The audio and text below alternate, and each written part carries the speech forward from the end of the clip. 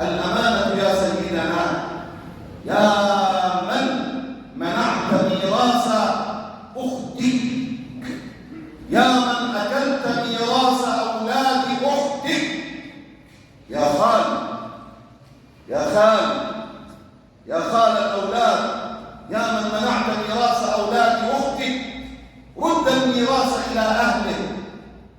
كم من علاقات تقطعت بين الأولاد وأخوانهم بسبب الميراث. أما يدري هذا الخال أنه ملعون؟ ملعون والله. فهل عسيتم إن توليتم أن تفسدوا في الأرض وتقطعوا أرحامكم؟ أولئك الذين لعنهم الله فأصمهم وأعمى أبصارهم.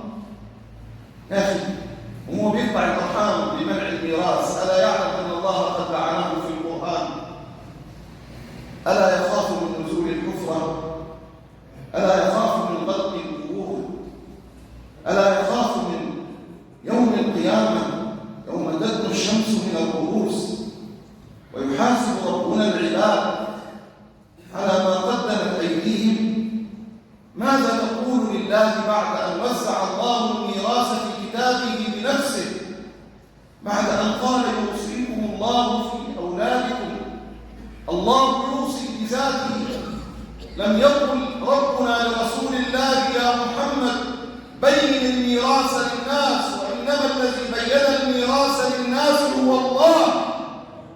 يوصيكم الله في أولادكم للذكر مثل حظ الأنثيين. بتسد ودانك ليه؟ ليه بتسد ودانك؟ لما وصلنا البيت القصيد ليه بتسد ودانك؟ لا تصم أذنك عن سماع الحق. أد الحق إلى أهله ولا تظلم شبرا واحدا من الأرض. لا تظلم الناس شبرا، لأنك لو منعت الناس شبرا ربنا هيخلي الشبر هيخليه 7 أراضين يوم القيامة ينفخ على رقبتك ويقول لك شيل حمل